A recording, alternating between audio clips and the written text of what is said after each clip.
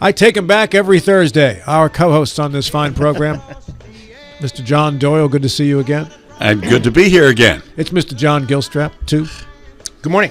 The Johns, as they're affectionately known. Oh, God. By ladies of the night everywhere.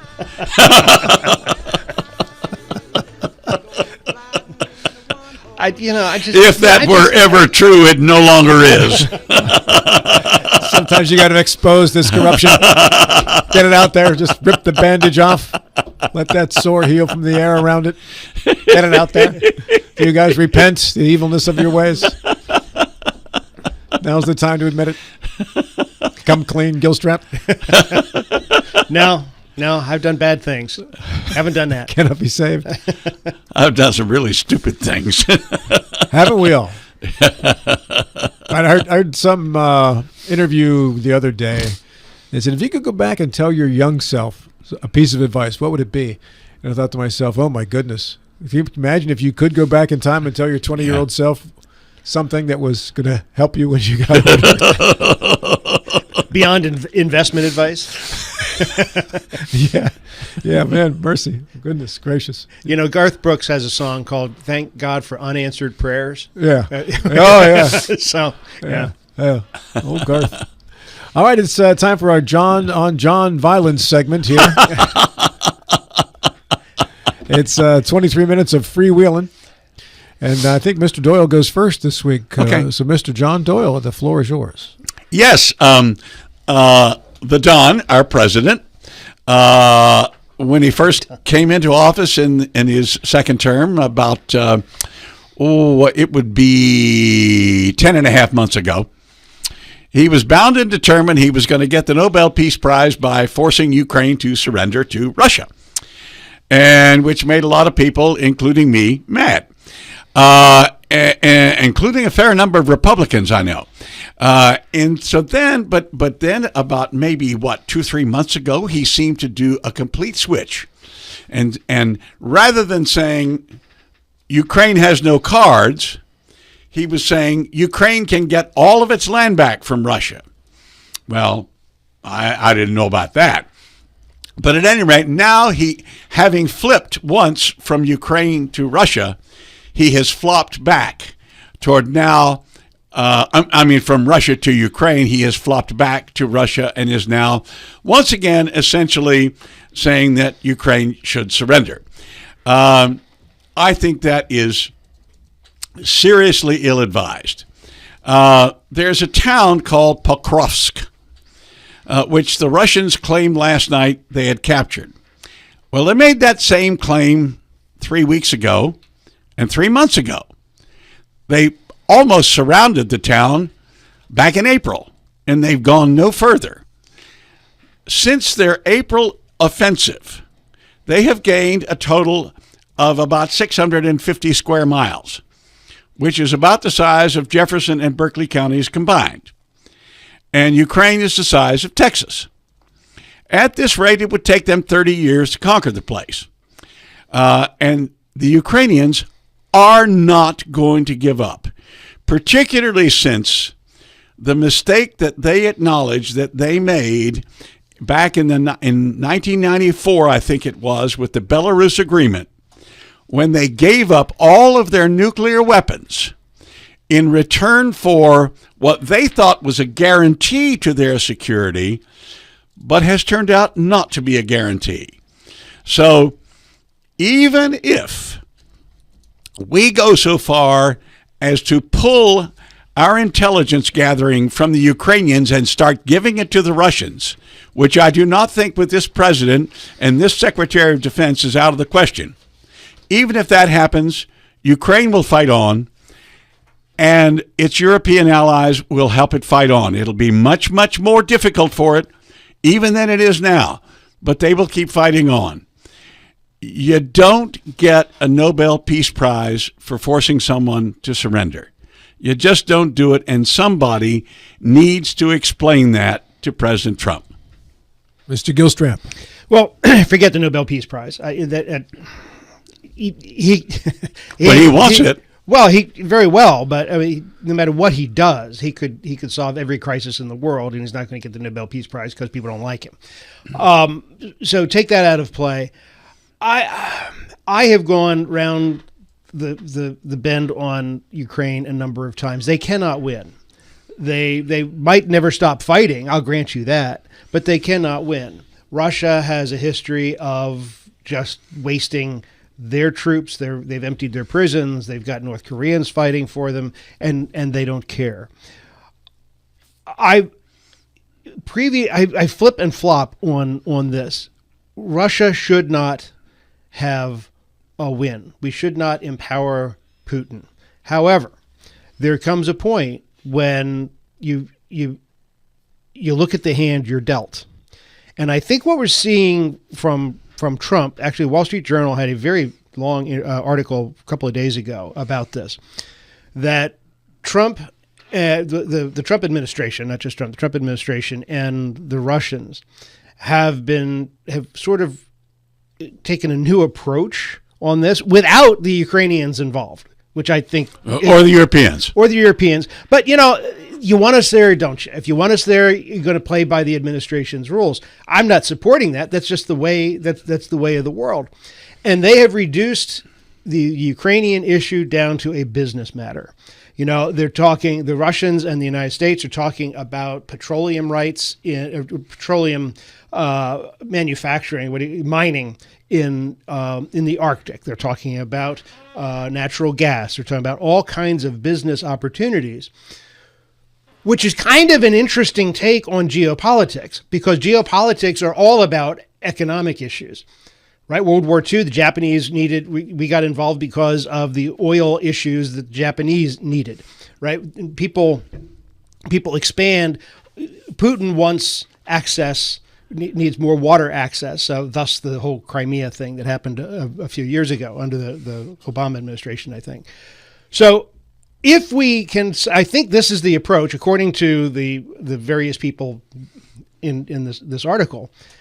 If we can make everybody happy from a business perspective, means everybody's wealthy, everybody's got the resources they need, and there's a cooperative spirit. There's even a talk of a joint Mars mission with a joint U.S.-Russian Mars mission with Elon Musk's SpaceX. So I know it sounds it's all very let's say closely intertwined with the inner circle. But I think the Trump administration is recognizing that throwing billions of dollars, whether they're our dollars or they're European dollars, the blood continues to flow, and the victory can't happen unless something happens to Putin. If somebody can take Putin out, I think there's a chance, or if he dies or it goes on long enough, I think there's an opportunity for a solution there. But as long as Putin is in charge in Russia, he's not going to give up until he gets something. And at what point do we just allow the Ukrainians to continue to bleed? It's not our war. It's our issue. But if we can find a geopolitical solution that stops the bleeding,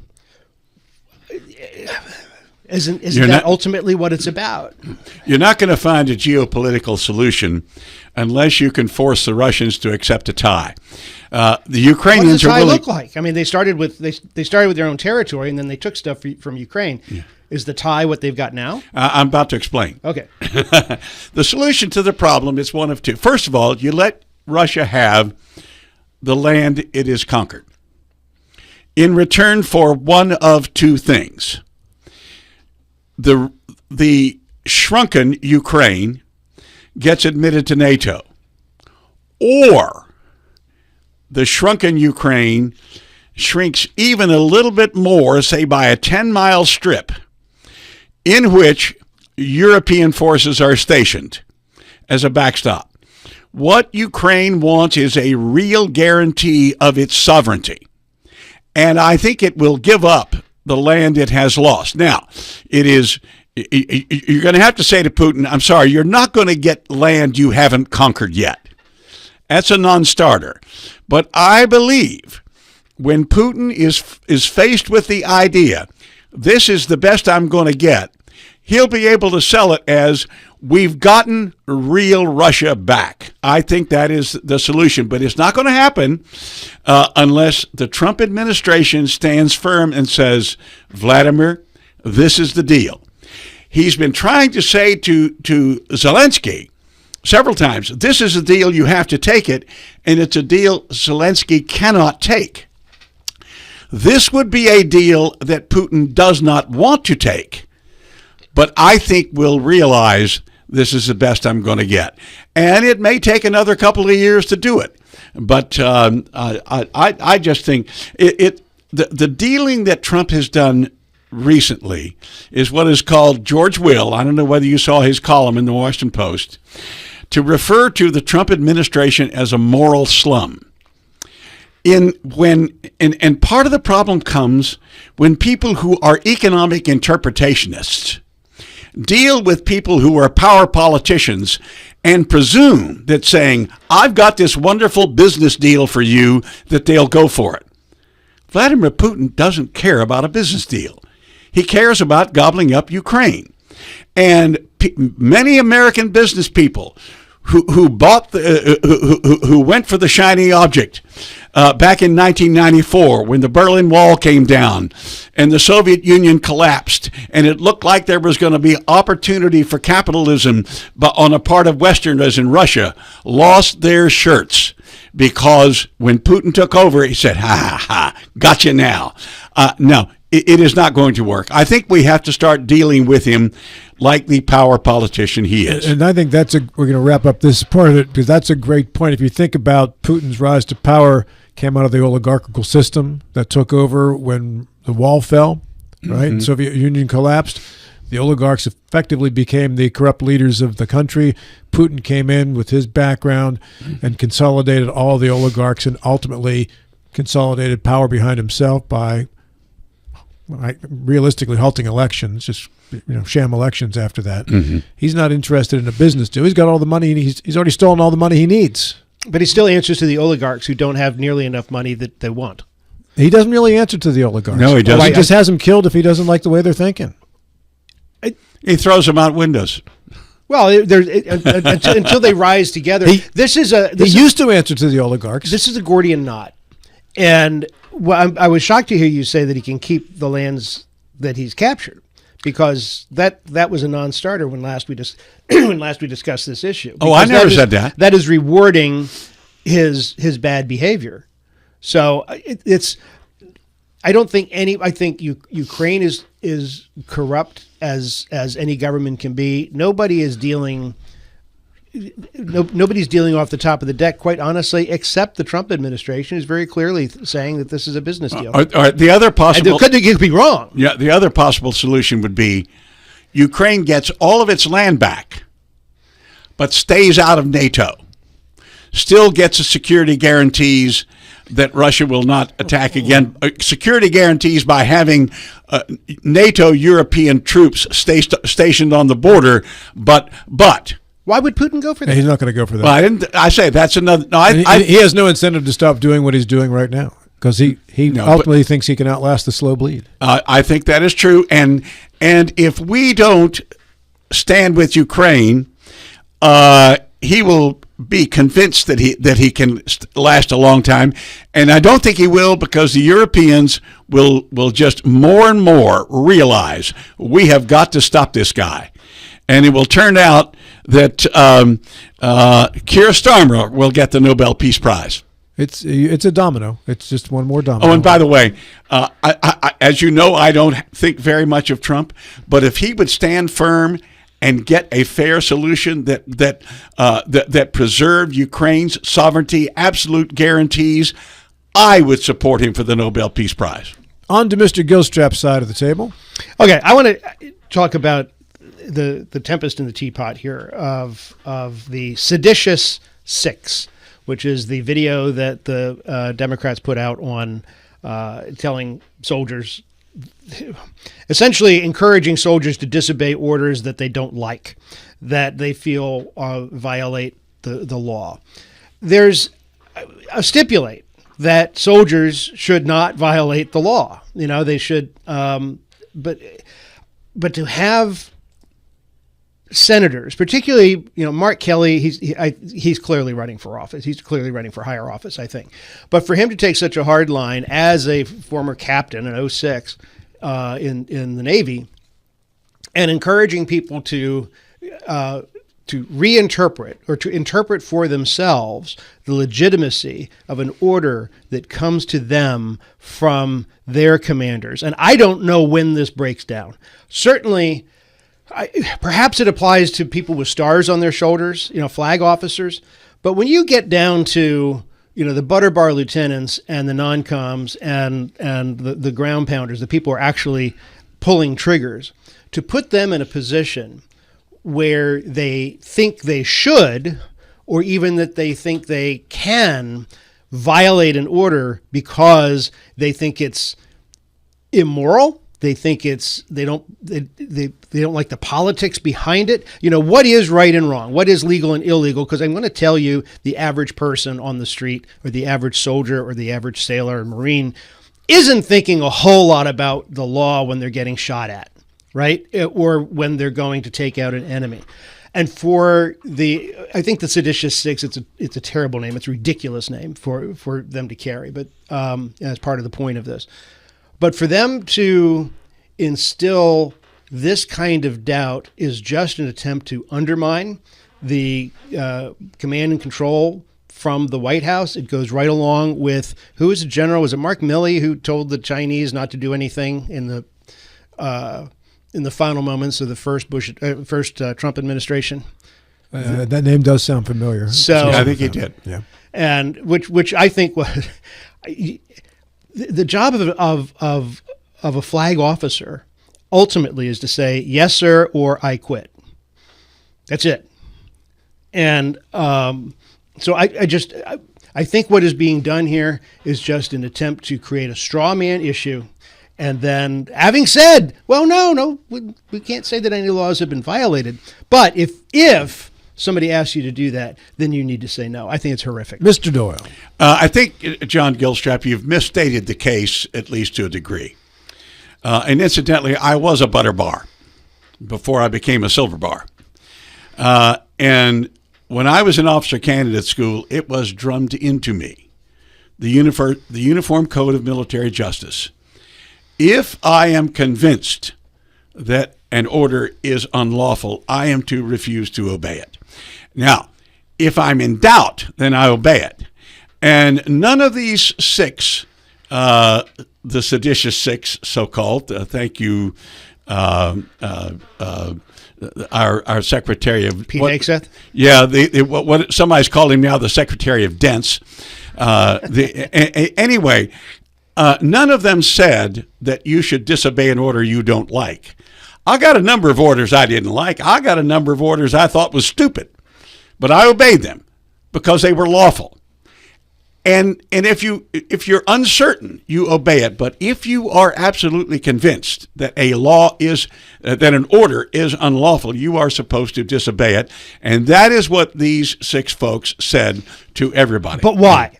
I mean, you're absolutely right. All of that is out there. All of that is drummed into the people. That is all common knowledge. But to put out a video very specifically at this time and saying, look, here's the subtext.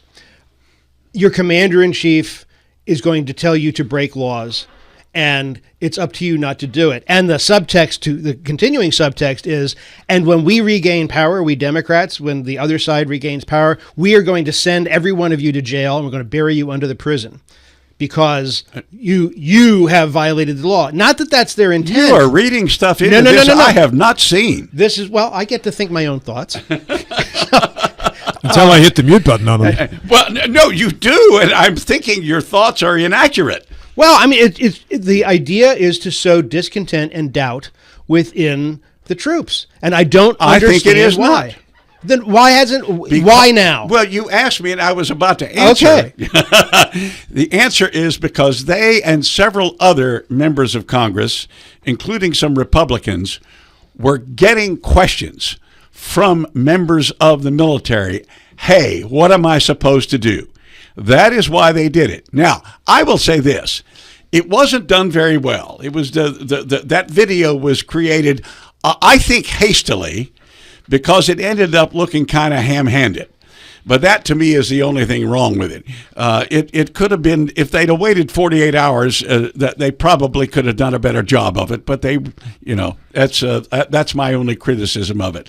And incidentally, in preparation for this discussion, night before last, I went to see Nuremberg. I had No to drive. spoilers. I haven't seen it. I had to drive all the way to Frederick to see it. I don't know whether it was ever here, but if it was, it isn't anymore. It's not that long of a drive. I do it every day. Yes, but you're a broadcaster. What are you right now? He says over the radio. You reading a symphony or what?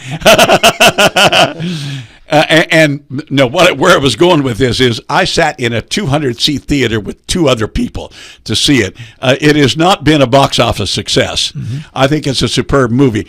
One of the things that I noticed in there, one of the Nazis that was convicted and hanged at Nuremberg was a guy named Karl Dönitz. Grand Admiral Karl Dönitz. He was what we would call the chief of naval operations. He was the person who, after Hitler committed suicide, signed the surrender document. They showed that he had issued orders to the German Navy that they were to shoot survivors of shipwrecks, which is why a specific example in the UCMJ of an illegal order is shooting the survivor of a shipwreck, even if it's an enemy shipwreck.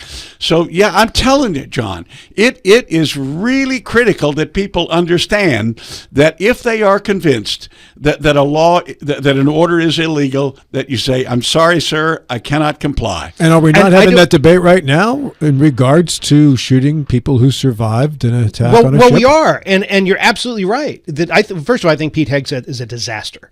But if in fact an illegal order was given and an illegal order was carried out, then that there should be consequences, even though there were no consequences to the wedding party that Obama killed back in the day when he launched that strike on the wrong convoy. And there should have been. There should have been, but these things happen all the time, and I'm not justifying. They're horrific, and they should be prosecuted, but the purpose of the video was not to reinforce our knowledge of law. You're not going to do that in a 45-second video.